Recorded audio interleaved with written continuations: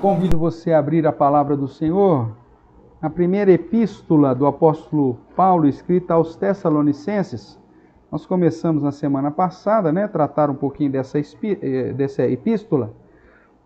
No capítulo 1, tratamos já do capítulo 1, falando aí sobre as características de uma igreja modelo, uma igreja que se tornou modelo para toda uma região. E vimos aí no verso 3, do capítulo 1, que as características, portanto, dessa igreja padrão, dessa igreja modelo, é justamente uma fé operosa, um amor abnegado, uma esperança firme nas promessas do Senhor. E agora nós vamos, na sequência, entrar aqui no capítulo 2 e nós faremos a leitura do verso 1 até o verso de número 12.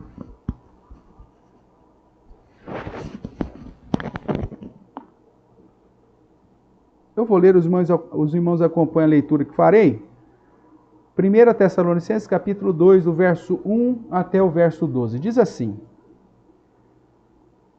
Porque vós, irmãos, sabeis pessoalmente que a nossa estada entre vós não se tornou infrutífera, mas apesar de maltratados e ultrajados em Filipos, como é do vosso conhecimento, tivemos ousada confiança em nosso Deus, para vos anunciar o Evangelho de Deus, em meio a muita luta. Pois a nossa exortação não procede de engano, nem de impureza, nem se baseia em dolo. Pelo contrário, visto que fomos aprovados por Deus, a ponto de nos confiar Ele o Evangelho, assim falamos, não para que agrademos a homens, e sim a Deus, que prova o nosso coração. A verdade é que nunca usamos de linguagem de bajulação, como sabeis, nem de intuitos gananciosos. Deus disto é testemunha. Também jamais andamos buscando glória de homens, nem de vós, nem de outros.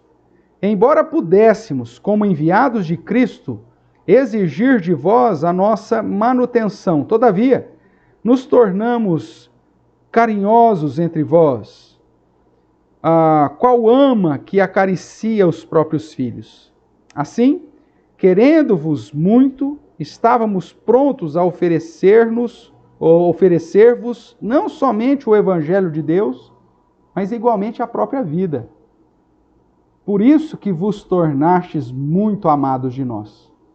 Porque vos recordais, irmãos, do nosso labor e fadiga, e de como noite e dia labutando para não vivermos à custa de nenhum de vós, vos proclamamos o Evangelho de Deus. Vós e Deus sois testemunhas do modo porque piedosa, justa e irrepreensivelmente procedemos em relação a vós outros que credes. E saibais ainda de que maneira, como o Pai a seus filhos, a cada um de vós, exortamos, consolamos e admoestamos, para viverdes por modo digno de Deus, que vos chama para o seu reino e glória. Vamos orar mais uma vez. Ó Pai, muito obrigado pela leitura da Tua palavra. Obrigado, ó Deus, pelo ensinamento que ela nos traz. Obrigado pela experiência vivida pelos Teus servos do passado, em especial o apóstolo Paulo, que serve, ó Deus, de ensinamento para a Tua igreja hoje. E obrigado porque o Senhor os inspirou para que esses textos, ó Deus, chegassem até nós para nos ensinar, para nos indicar o modo correto como devemos andar. Obrigado pelo exemplo, ó Deus, desses irmãos do passado, e que hoje nos permite, ó Deus, entender a estratégia, o padrão correto da Tua palavra, dirigido pelo Teu Santo Espírito, de como devemos agir também no dia de hoje. Que o Senhor, ó Deus, nos abençoe nesta noite, que o Senhor fale ao nosso coração, apesar de mim mesmo, que o Senhor me use para a honra e glória do Teu santo nome. É o que nós lhe suplicamos em Cristo Jesus. Amém. Amém, queridos?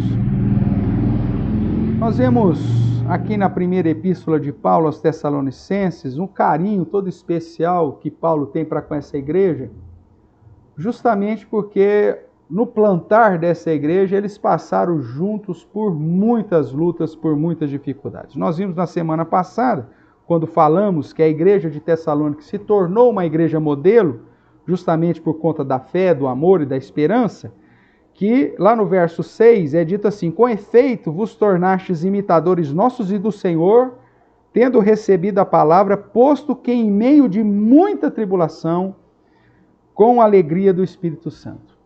Uma coisa que nós podemos observar nas Escrituras e na vida da igreja de um modo geral, é que toda vez que a igreja se compromete a viver de um modo fiel ao Senhor, as lutas aparecem. Certa vez perguntaram para o reverendo Francisco, que é sogro do reverendo Augusto Nicodemos, se a perseguição aumentasse, se a igreja seria mais fiel. E a resposta dele foi justamente o contrário. Ele falou: se a igreja fosse mais fiel, a perseguição certamente aumentaria.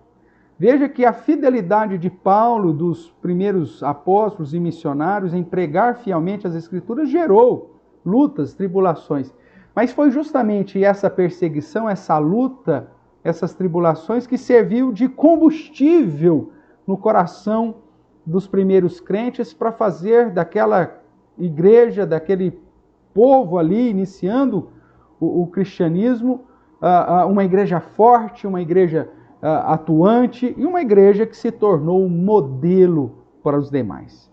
Aqui no início do capítulo 2, nós vemos, portanto, o apóstolo Paulo fazendo uma recapitulação com a igreja, trazendo à memória da igreja de Tessalônica todo o processo que foi feito para que eles abraçassem o evangelho de tal forma a se tornarem modelos. O verso 9 do capítulo 1 ainda diz: pois o pessoal da Macedônia e da Acaia, né, eles mesmos dizem no tocante a nós, proclamam que repercussão teve o nosso ingresso no vosso meio e como deixando os ídolos vos convertestes a Deus para servirdes o Deus vivo e verdadeiro. Veja, a igreja de Tessalônica, ela se torna uma igreja modelo, ela abraça fielmente a palavra. E agora, no capítulo 2, Paulo traz à memória, a lembrança daqueles irmãos, todo o processo. Por que eles se tornaram modelo? Por que eles chegaram a ter uma fé operosa? Por que eles chegaram a ter um amor abnegado? Por que eles chegaram a ter uma esperança firme nas promessas do Senhor? E a resposta para o sucesso daquela igreja, como padrão, né, como modelo para as demais igrejas, está aqui, de certa forma, apresentado nesses versos iniciais do capítulo 2, onde Paulo vai tratar de como que foi o proceder dele e dos seus cooperadores na evangelização, na plantação dessa igreja. E cientes disso, né, nós vemos aqui alguns termos importantes, onde ele apresenta que esse trabalho foi um trabalho específico, direcionado. Eles foram ali com o objetivo claro de plantar a igreja, de evangelizar, de pregar o evangelho. No capítulo 2, verso 1, então diz: porque vós, irmãos, sabeis pessoalmente que a nossa estada entre vós não se tornou infrutífera, deu frutos, né? Mesmo sendo maltratados, ultrajados, perseguidos, eles foram frutíferos ali. Por quê? O verso 2 vai dizer: porque tivemos ousada confiança em nosso Deus para vos anunciar o Evangelho de Deus. Para vos anunciar o Evangelho de Deus. Lá no verso 4 ele ainda vai dizer: pelo contrário, visto que fomos aprovados por Deus, a ponto de nos confiar Ele, o Evangelho. E assim falamos não para que agrademos os homens, e sim a Deus, que prova o nosso coração. Então veja, o foco, o objetivo de Paulo e dos seus cooperadores, né, Paulo, Silvano e Timóteo, que são os três que assinam essa carta, mostra, inclusive com Barnabé na época, quando da primeira viagem missionária, isso está lá em Atos 16, 17, né, 18, aquele momento, você vê que o foco deles era ser frutífero, e ser frutífero no sentido de anunciar o Evangelho, a palavra de Deus. Desse modo, eu quero começar o nosso sermão dessa noite perguntando para você, de quem que é a tarefa evangelística? Sobre quem pesa a responsabilidade de pregar o Evangelho? É muito comum você ouvir as pessoas pensando que apenas aqueles que receberam dons de evangelista ou que foram ordenados na função de pastor, de missionário, de evangelista, presbítero, diácono, têm essa responsabilidade. Mas nós vemos que nas Escrituras a tarefa evangelística não é simplesmente de um grupo específico de pessoas, né? Quando nós falamos de evangelismo, é comum as pessoas pensarmos em algum grupo específico, pessoas dotadas com dons específicos para esse ministério, né? Os missionários, evangelistas, pastores e por aí vai. Porém, seja qual for o pensamento que exclua a minha responsabilidade pessoal na realização do ministério evangelístico, faz de mim uma pessoa não consciente daquilo que Jesus Cristo fez por mim e muito menos da missão que ele confiou para mim. Então veja, a tarefa evangelística precisa ser entendida como uma tarefa de todo e qualquer crente, todo e qualquer verdadeiro discípulo de Jesus. Texto como Mateus 28, que apesar de ser voltado mais para os apóstolos, de ide e fazei discípulos de todo mundo, acaba nesse círculo, né, de discípulos fazendo novos discípulos e assim consequentemente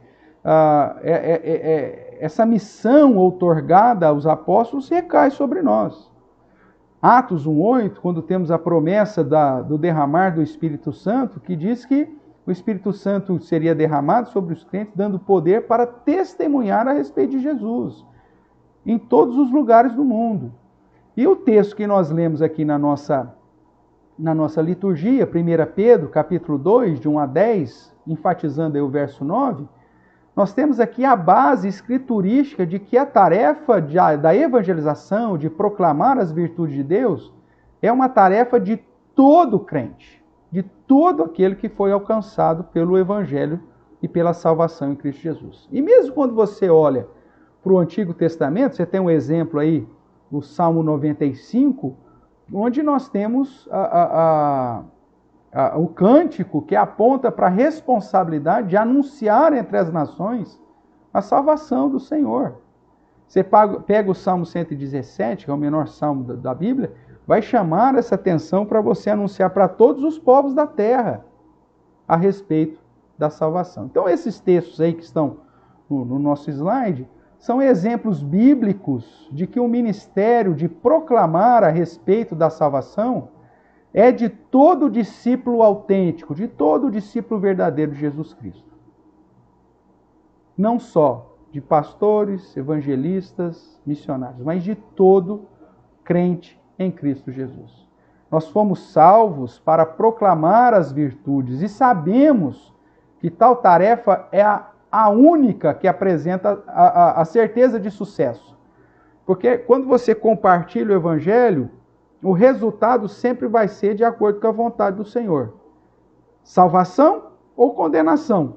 E em todas essas duas possibilidades, a tarefa evangelística ela foi bem sucedida. Mesmo quando você prega o Evangelho e as pessoas rejeitam o Evangelho, a pregação do Evangelho está sendo bem sucedida. Porque como nós já vimos em Apocalipse, o Evangelho sempre sai vencendo para vencer. Porém, irmãos, o ministério evangelístico ele não é isento de dificuldades e também não é isento de exigências. Nós não podemos sair aí falando qualquer coisa. Todos aqueles que querem viver uma vida de piedade com o Senhor e proclamação das suas virtudes, obviamente que vão ser perseguidos, vão ter dificuldades, vão ter lutas. E para sermos encontrados fiéis, nós não podemos pregar o Evangelho do jeito que nós queremos, ou do modo que nós pensamos ser um modo melhor, mas devemos seguir o padrão que o próprio Deus já estabeleceu em sua palavra. Né? Estratégias, critérios que o próprio Deus já determinou na palavra do Senhor. Então, para realizar a tarefa evangelística, é preciso estar ciente, primeiro, além da responsabilidade que nos pesa, né, que pesa sobre todos os verdadeiros crentes, que algumas características são essenciais. Nós não fomos chamados para pregar historinha, nós não fomos chamados para ludibriar ninguém, nós não fomos chamados para apresentar uma argumentação humana, ou de bajulação, ou de ludibriação. Nós somos chamados para pregar o Evangelho. E isso tem que estar bem atento. E são justamente essas características que vemos no apóstolo Paulo demonstrar aos Tessalonicenses como são necessárias para o sucesso na missão de anunciar o Evangelho. Aqui no capítulo 2, então, de 1 Tessalonicenses, de 1 a 12, nós vamos ver aí essas características essenciais, necessárias para o sucesso nessa missão que é minha, mas que também é sua, como crente em Cristo Jesus. E nós sabemos, no caso aqui da igreja de Tessalônica, que era uma igreja modelo, se tornou uma igreja modelo, tanto de fé quanto no amor, na esperança, e que Paulo e os primeiros cristãos passaram por lutas ali no início da pregação. É só se você dar uma olhadinha lá em Atos, capítulo 17, do verso 1 e 9, você vai ver a perseguição que se levantou ali em Tessalônica no início. Tribulação essa que o apóstolo Paulo registra, relembra aqui na epístola aos Tessalonicenses, dizendo tanto no capítulo 1, que eles receberam a palavra em meio de muita tribulação, como também aqui no capítulo 2, o verso 2, que diz que eles ali foram maltratados e ultrajados, né, na região, em Filipos, Tessalônica, toda aquela região, porque eles estavam anunciando o verdadeiro evangelho do Senhor.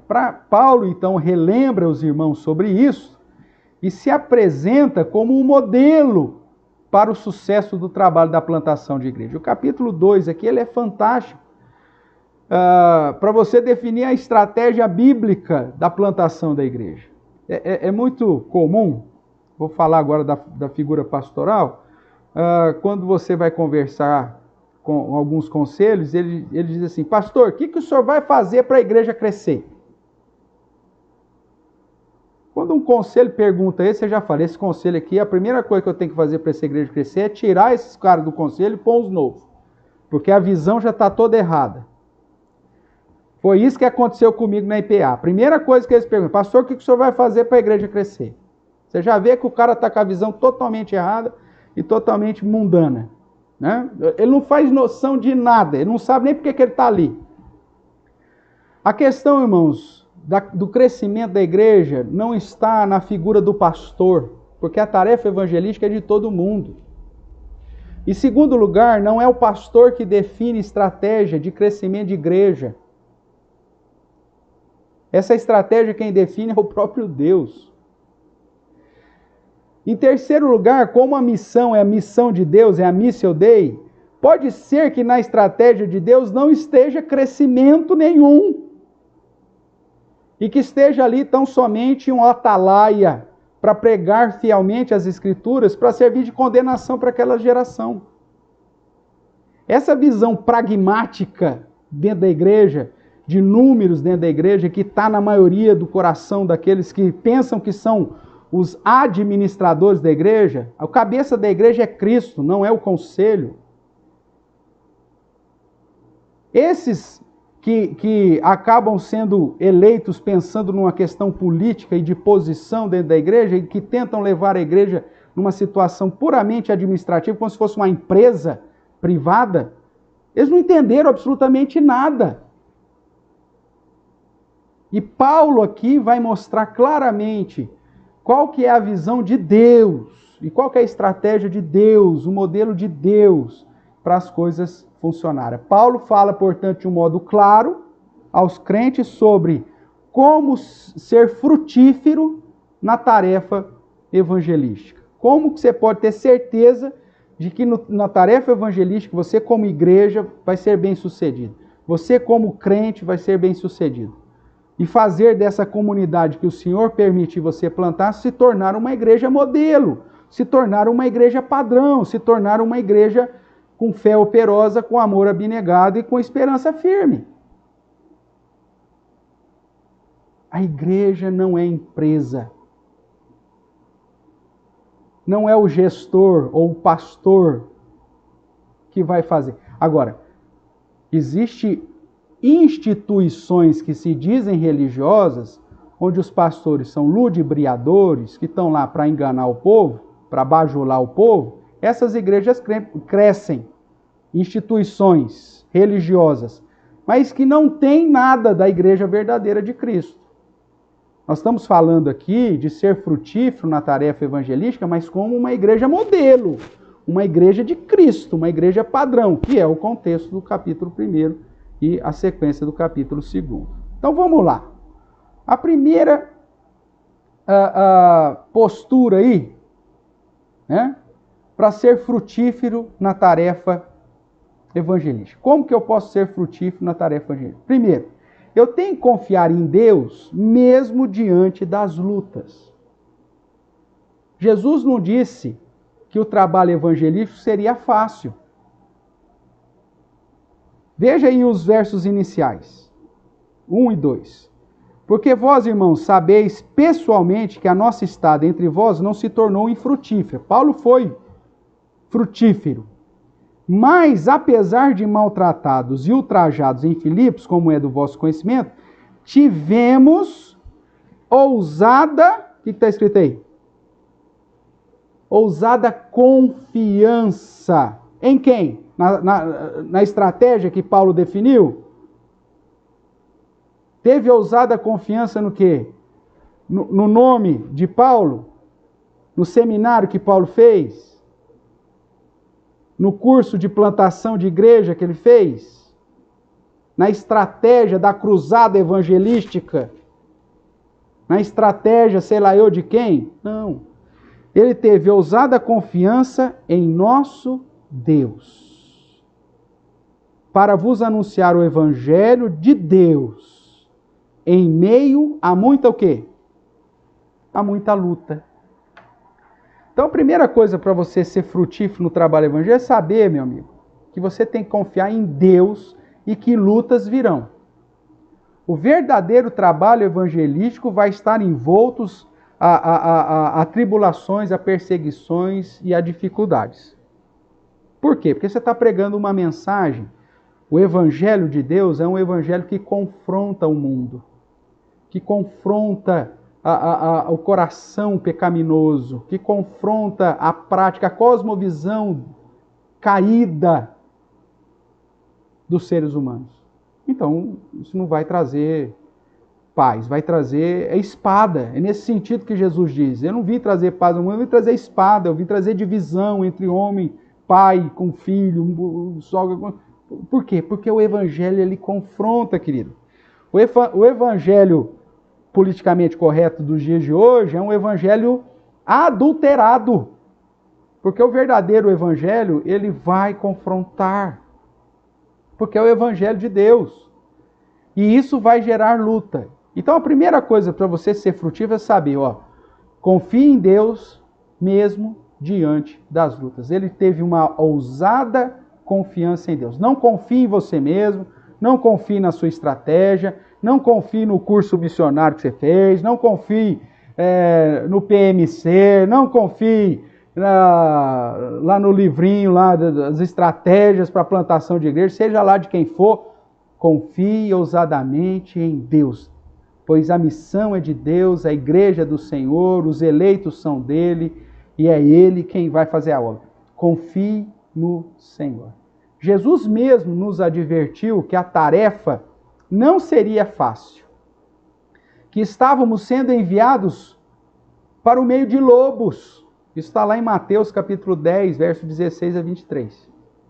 Porém, Paulo, consciente de que a nossa luta não é contra o sangue e carne, confiava de modo ousado no Senhor. Você tem que confiar que Deus é quem está direcionando e dirigindo todas as coisas. Sem confiança em Deus, o nosso trabalho será infrutífero. Porque, qual que é a situação, irmãos? Se nós confiarmos nas nossas estratégias e definirmos o sucesso evangelístico em números, de modo pragmático, muitas vezes nós seremos mal sucedidos. Mas se a nossa tarefa evangelística estiver fundamentada no fato de que a missão é de Deus, e eu estou confiando nesse Deus para anunciar o evangelho desse Deus, seja lá qual for o resultado, a salvação ou condenação, vai ser frutífero.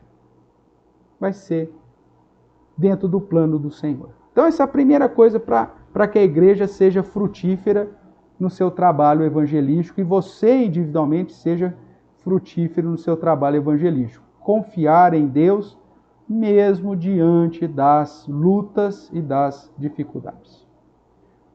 Segunda coisa, segunda postura aí para você se tornar frutífero no trabalho evangelístico. Manter-se fiel a Deus nas pregações. Você não vai fazer pesquisa para ver o que agrada o povo. Você vai pregar o que Deus manda você pregar. Você vai falar o que o Evangelho descreve. Você vai apresentar a realidade do Evangelho. Você não vai apresentar um Evangelho água com açúcar. Você vai apresentar o Evangelho que Deus revelou. Arrependei-vos e crede. Um Evangelho que exige mudança de vida. Veja aí o verso 3 e 4. Pois a nossa exortação, veja, o Evangelho confronta, o Evangelho exorta.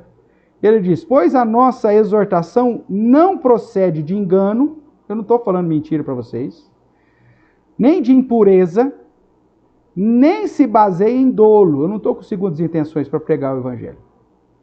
Se eu fosse pensar talvez humanamente, em manter o emprego, em manter a estabilidade, em manter o conforto, aí eu prego o Evangelho que o povo quer ouvir. Mas se eu estou confiando ousadamente em Deus e no Evangelho de Deus, então, meu amigo, a segunda característica para me tornar frutífero é me manter fiel a Deus na pregação. Continuemos aí o verso 3, então. Pois a nossa exortação não procede de engano, nem de pureza, nem se baseia em dolo. Pelo contrário, visto que fomos aprovados por Deus, a ponto de nos confiar Ele, o Evangelho, presta atenção agora, hein? Assim falamos, não para que agrademos a quem? Para que agrademos a homens, mas sim para que agrademos a quem? A Deus, que prova o nosso coração. Não dá para enganar Deus no meu coração. Ele sabe quais são as minhas intenções quando eu estou trabalhando para Ele. Se aquela minha pregação água com açúcar, que se vê na maioria dos lugares que você vê aí, dos púlpitos aí, que aquela ludibriação, aquela mensagenzinha para afofar o ego dos crentes, Deus sabe, Deus prova. E tem muito pastor que tem deixado de pregar o verdadeiro evangelho para se manter como pastor de determinadas igrejas, porque o infeliz não confia no Senhor. E para se manter o empreguinho, aí o cara fala o que agrada a homens. Mas a segunda postura para você ser frutífero na pregação do Evangelho é pregar o Evangelho de Deus, de modo a agradar a Deus. Não falamos, ou assim falamos, não para que agrademos a homens, Paulo vai dizer, mas nós falamos do Evangelho de Deus, que veio de Deus e que Deus nos confiou e nos aprovou para pregá-lo, de modo a agradar o próprio Deus. Um grande erro da igreja contemporânea é pregar para agradar as pessoas, um evangelho um evangelho antropocêntrico, colocando o homem no centro. Sendo que a evangelização deveria ser teocêntrica, apontando para Cristo, apontando para Deus, mostrando que o evangelho é de Deus, para Deus e por Deus. Como eu disse, o grande erro da igreja contemporânea é pregar para agradar as pessoas. Nesse chamado pragmatismo, que só foca números, pessoas, você começa a colocar os lobos para dentro do aprisco. Você começa a trazer o joio para dentro do campo. Esse pragmatismo é algo terrível para a igreja.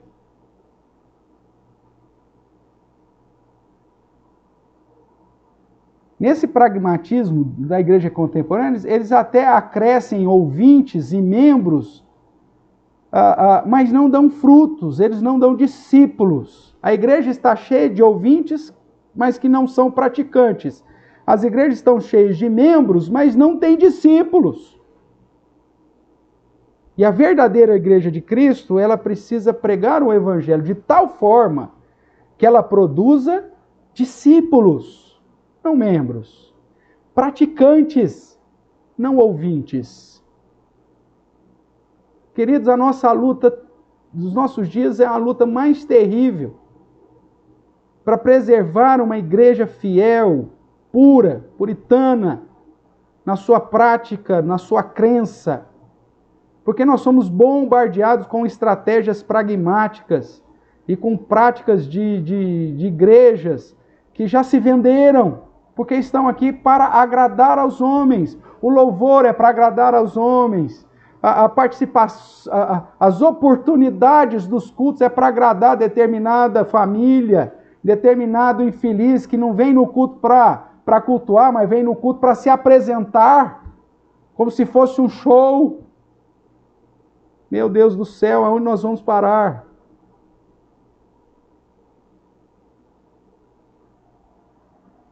Segunda postura para você ser frutífero na evangelização é manter-se fiel a Deus nas pregações. Sem fidelidade a Deus, irmãos, a sua palavra, sem fidelidade a Deus e a sua palavra, o nosso ministério será infrutífero, mesmo que eu tenha milhares e milhares de membros e seguidores. Mesmo que eu tenha uma comunidade com milhares de membros, será um ministério infrutífero, porque deixou a fidelidade. É um ministério que está ali para agradar homens e não para agradar a Deus. Terceira característica ou postura para a igreja se tornar frutífera e você se tornar frutífero na tarefa evangelística. Um compromisso altruísta na evangelização. Tem gente que não dá para nada na vida e por isso resolve ser obreiro. Tem gente que não dá para nada na vida e por isso resolve ir para o seminário. Não abriu mão de absolutamente nada. Faz do evangelho seu meio de vida e não um modo de vida. Paulo deu um exemplo desse compromisso altruísta na evangelização. Verso 5 em diante, leia comigo. A verdade, Paulo vai dizer, é que nunca usamos de linguagem de bajulação, como sabeis, e nem de intuitos gananciosos. Eu não estou servindo ao Senhor para ter intuitos gananciosos. Deus disso é testemunha. O mesmo Deus que me aprovou, o mesmo Deus que prova o meu coração, é o Deus que é minha testemunha de quais são as minhas intenções na tarefa evangelística, e em especial no padrão aqui de viver do evangelho como Paulo estava fazendo. Verso 6. Também jamais andamos buscando glória de homens, nem de vós, nem de outros, embora pudéssemos, mesmo que ele fosse digno de receber o salário como missionário, como apóstolo, servindo a igreja, ele diz, embora pudéssemos, como enviados de Cristo, exigir de vós a nossa manutenção, todavia, nos tornamos carinhosos entre vós, qual ama que acaricia os próprios filhos. Assim, querendo-vos muito, estávamos prontos a oferecer-vos não somente o Evangelho de Deus, mas igualmente a própria vida. Por isso que vos tornastes muito amados de nós. Porque vós recordais, irmãos, do nosso labor e fadiga, e de como noite e dia labutando, para não vivermos à custa de nenhum de vós, vos proclamamos o Evangelho de Deus. Irmãos, Paulo foi um fazedor de tendas. Ele nunca usou nem dos direitos que ele tinha de viver do Evangelho. Ainda hoje, é lógico que todos nós precisamos da nossa manutenção, mas você vê pastores que têm o coração na obra, evangelistas que têm o coração na obra, missionários e crentes que têm o coração na obra e que investem, tiram às vezes até mesmo da sua própria, do seu lazer ou até mesmo do seu próprio sustento para suprir e manter a obra funcionando. Esse compromisso altruísta para o avanço da obra se faz necessário para o sucesso. Tem pastor que não está preocupado com o sucesso da evangelização, ele nem prega. Ele simplesmente fica em casa. Não faz nada. Está lá. Pega a revistinha da editora, lê, ensina aquilo que está ali na revistinha, e ali ele vai cozinhando o galo anos e anos, não cria confusão com ninguém, porque ele usa de bajulação. E aí ele vai ficando. Não está disposto a colocar a mão na massa, não está disposto a ter calos na mão no momento que a igreja precisa. Para preservar recursos da própria igreja, para investir na plantação desta igreja. Terceira característica para ser frutífero na tarefa evangelística, irmãos, é um compromisso altruísta na evangelização. Paulo teve esse compromisso. E por isso a igreja de Tessalônica foi plantada e se tornou uma igreja modelo. Agora, muitos que estão na igreja têm intuitos gananciosos e têm buscado glória de homens. Cuidado. A bajulação ela pode até por um tempo conduzir as pessoas a um aparente sucesso, mas diante de Deus, que é testemunha, que prova o coração, e quem aprovou, quem não é para o seu evangelho, esse Deus vai saber cobrar na hora certa e no dia certo a postura de cada um. O compromisso altruísta na evangelização é mais uma característica para se tornar frutífero nesse processo. O objetivo para um evangelismo frutífero é fazer para a glória de Deus e esperar a retribuição vinda do próprio Deus.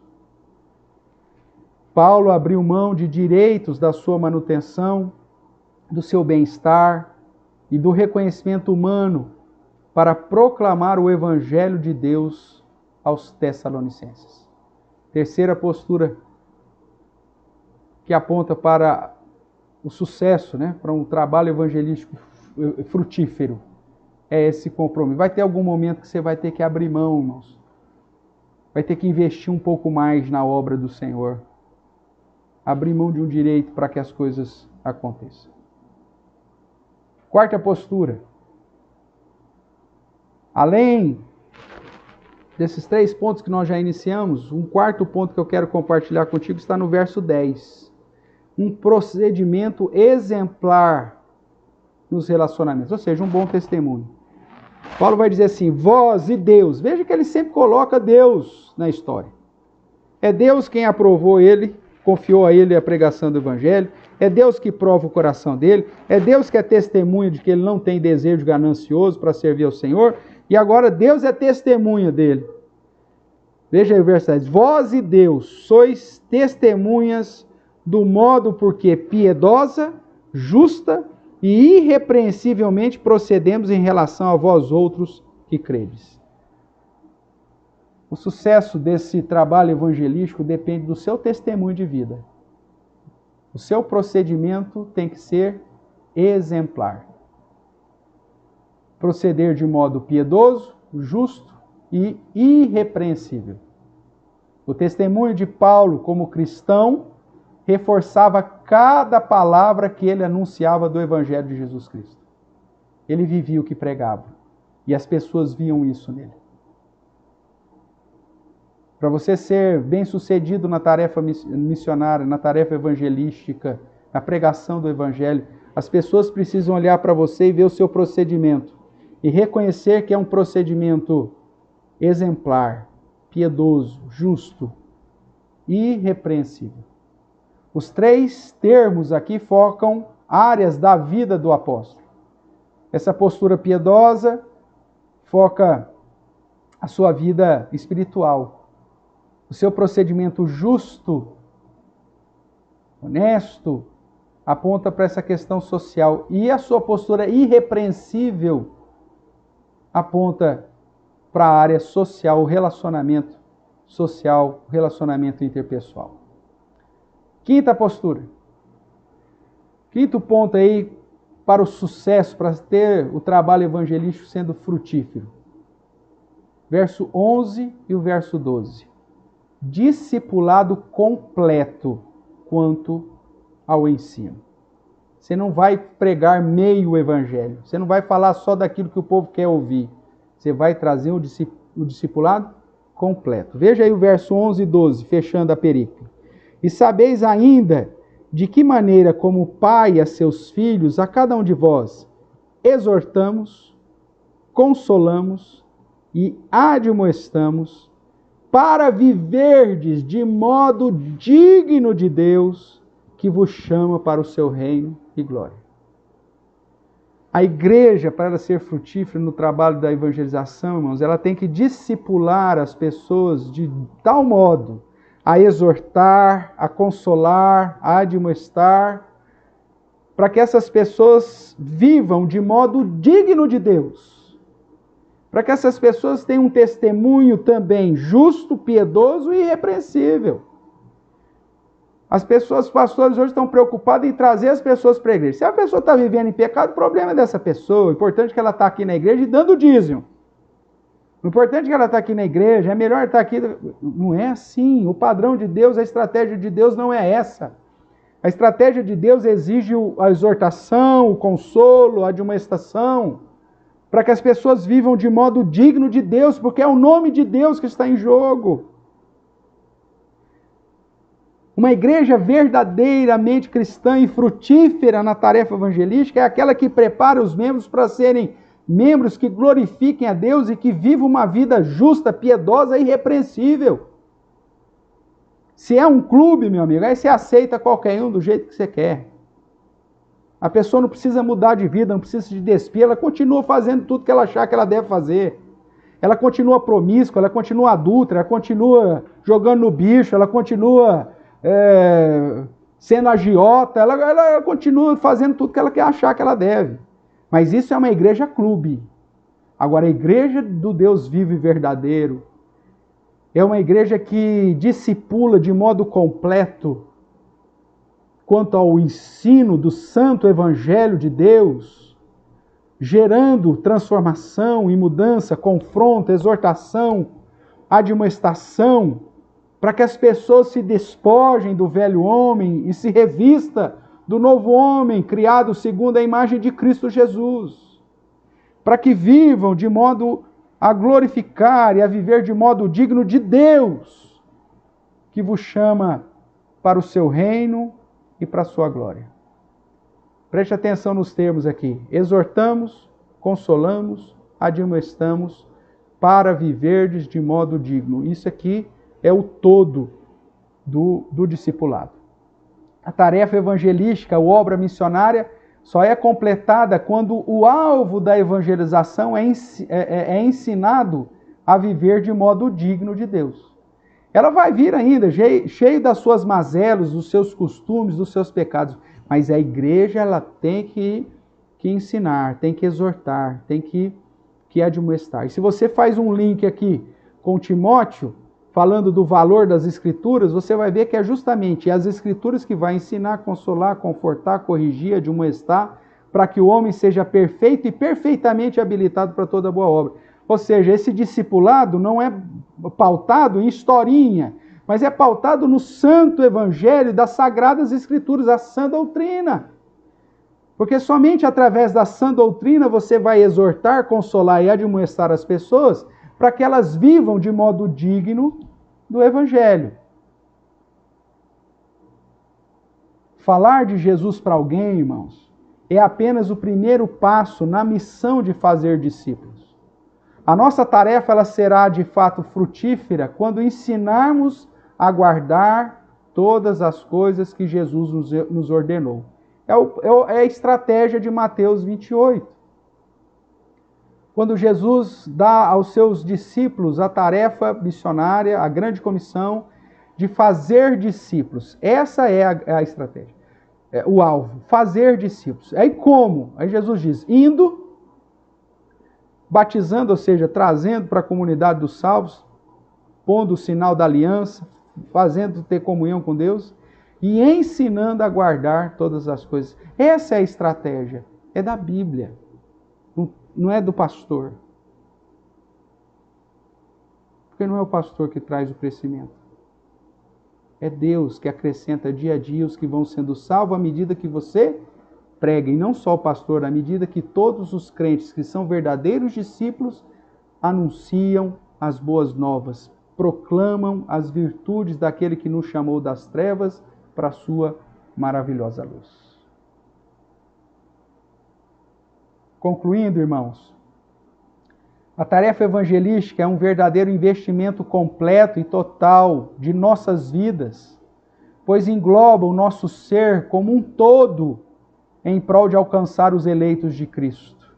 Ou seja, significa que devemos ser instrumentos de Deus para chamar os seus para o seu reino e glória. Lembre-se, alguém investiu para que você estivesse aqui. Alguém pregou o evangelho para você. E certamente alguém aguarda também o seu investimento. A pregação do evangelho através da sua boca.